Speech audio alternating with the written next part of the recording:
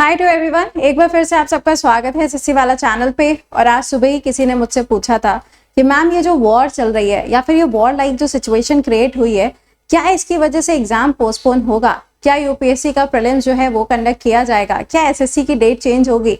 तब भी मैंने बोला था और फाइनली जिस दिन तुम लोग ऐसी बातें करते हो उसी दिन कुछ ना कुछ धमाका होता है। सो फाइनली यहाँ पे एसएससी का रिवाइज कैलेंडर जो है वो आ चुका है। आपको ध्यान होगा मैंने कुछ दिन पहले आपको बोला था कि 22 अप्रैल को नोटिफिकेशन आना है, बट वो नोटिफिकेशन उस टाइम पे नहीं आया था। तो यहाँ पे आप देखेंगे रिवाइज कैलेंडर जारी किया गया है एसएससी की तरफ से।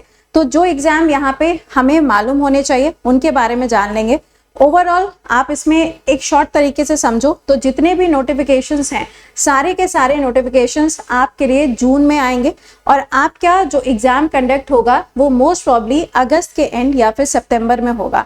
तो अगर हम मिला के देखें तो कितना समय बचा है? सिर्फ और सिर्फ 2 महीने का समय बचा है। अब सिचुएशन ऐसी नहीं है कि मैं आपको बताऊं कि आपको कैसे पढ़ना है, इसीलिए मैं हमेशा बोलती हूं कि कभी भी नोटिफिकेशन का इंतजार मत करो। नोटिफिकेशन आएगा बॉम्ब की तरीके से गिरेगा और जब वो गिरेगा ना संभाले नहीं संभलेगा। ठीक है, चलिए एक बार से नोटिफिकेशन को देख लेते हैं। यहाँ पे सबसे पहले देखो शुरुआत हम करेंगे सिलेक्शन पोस्ट एग्जामिनेशन फेज। यहाँ पे जो कंडक्ट होते हैं ना, फेज वाले जो एग्जाम्स होते हैं जो किसी भी कैटेगरी के अंदर नहीं आ रहे होते हैं उन सबको मिला के एक साथ में कराया जाता है। तो ये वाला जो एग्जाम होना है ये आपका 13 फेज का होगा। इसका नोटिफिकेशन 2 जून को आएगा। एग्जाम जो आपका कंडक्ट किया जाएगा ये आपका जुलाई से अगस्त के बीच में होगा। इसके अलावा स्टेनो ग्रेड सी और ग्रेड डी वाला जो एग्जाम है इसका नोटिफिकेशन भी आपका 5 जून को आएगा। एग्जाम आपका 6 से लेके 11 अगस्त के बीच में कंडक्ट होगा।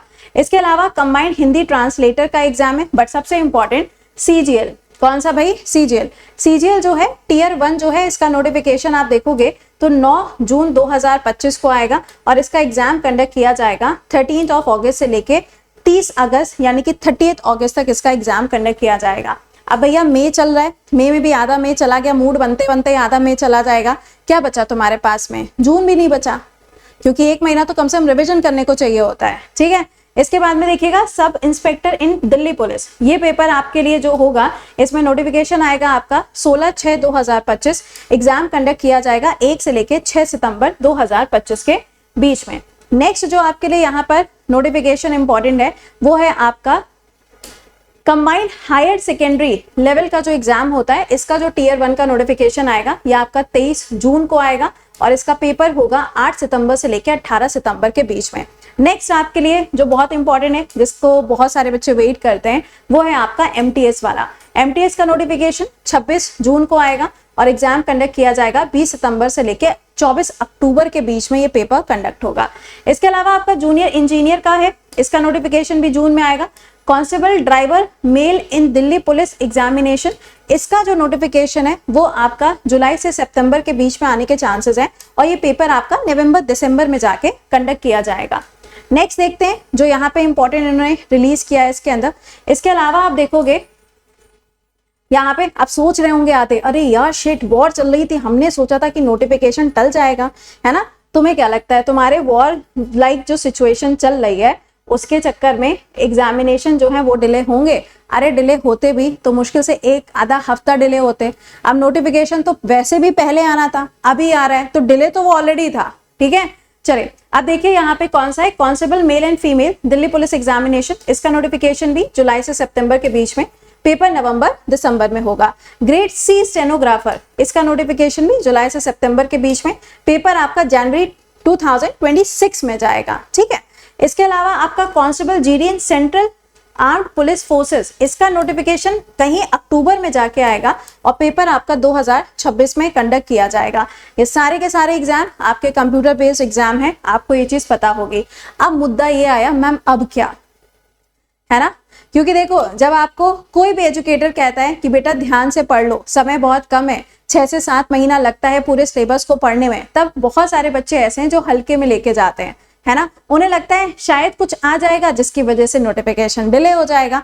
तो भाई नोटिफिकेशन आ गया, सीधे सीधे अगर देखो तो 1 महीने का समय तुम्हारे पास में होगा अभी मई से लेके नोटिफिकेशन के बीच में, और जब तुम्हारा पेपर कंडक्ट होना है उस पूरे ड्यूरेशन में सिर्फ और सिर्फ तुम्हारे पास में रिविजन का समय होगा। तो अभी भी वक्त है। जितने बच्चे ऐसे हैं जो GK, GS, math, reasoning, English किसी भी सब्जेक्ट में अगर वीक हैं तो अभी भी टाइम है, थोड़ा सा रेगुलर हो जाइए। दिन में 24 घंटे होते हैं। कुछ बच्चे ऐसे होते हैं जो 10 घंटे में भी अच्छा पढ़ लेते हैं, कुछ ऐसे होते हैं जो 15 घंटे में भी नहीं पढ़ पाते हैं। तो अपनी कैपेबिलिटी के हिसाब से अपना ड्यूरेशन देखिए, अपना प्लानर बनाइए, रिविजन करिए। बहुत ज्यादा पढ़ने से भी और रिविजन ना करने से आपको पता है सिलेक्शन नहीं होना है, ठीक। बाकी तुम्हारा जो करंट अफेयर्स 2024 वाला है, तो 2024 वाला करंट अफेयर्स हम मंडे से सुबह 7 बजे के क्लास में ही आखिरी में उसका रिवीजन करना स्टार्ट कर देंगे। जैसे जनवरी का 3 दिन पढ़ लिया, फरवरी का 3 दिन पढ़ लिया, इस तरीके से रिवीजन आपका स्टार्ट करा देंगे। बाकी जीके आपका चल रहा है, थोड़ा सा स्टूडियस हो जाओगे, एग्जाम क्रैक हो जाएगा, ठीक है। तो ये पूरा नोटिफिकेशन है, सारे के सारे नोटिफिकेशन मान के चलिए जून में आ रहे हैं। पेपर सबके सितंबर के अंदर कंडक्ट किए जाएंगे। तो उम्मीद करेंगे कि आप सब लोग यहाँ पे तैयार हो गए होंगे। नहीं हुए हो तो भैया मेंटली प्रिपेयर हो जाओ, क्योंकि समय ज्यादा नहीं है। टू बी वेरी फ्रैंक, समय ज्यादा नहीं बचा है। अब आधे कहेंगे काश ये वॉर सच में हो जाए, है ना, कोई फायदा नहीं है। नोटिफिकेशन आ गया है, ठीक है, डेट्स आ गई हैं, अब नोटिफिकेशन में आना ही आना है। थोड़ा बहुत आगे पीछे हो सकता है, बट ये मान के चलिए this is your tentative time period, ठीक है। तो यहाँ पर मैंने आपको बता दिया मैक्सिमम जितने आने 2025 में जो पेपर होने, सबका नोटिफिकेशन जून में आना है, पेपर आपका सितंबर में होना है।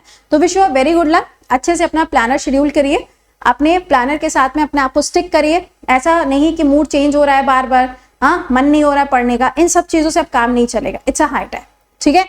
चलिए तो मिलेंगे आप लोगों से कल सुबह 7 बजे के सेशन में। टिल देन खुश रहिए, मुस्कुराते रहिए and wish you very good luck. अच्छे से अपना प्लानर बनाइए और अपनी पढ़ाई शुरू करिए। Bye bye and take care to all.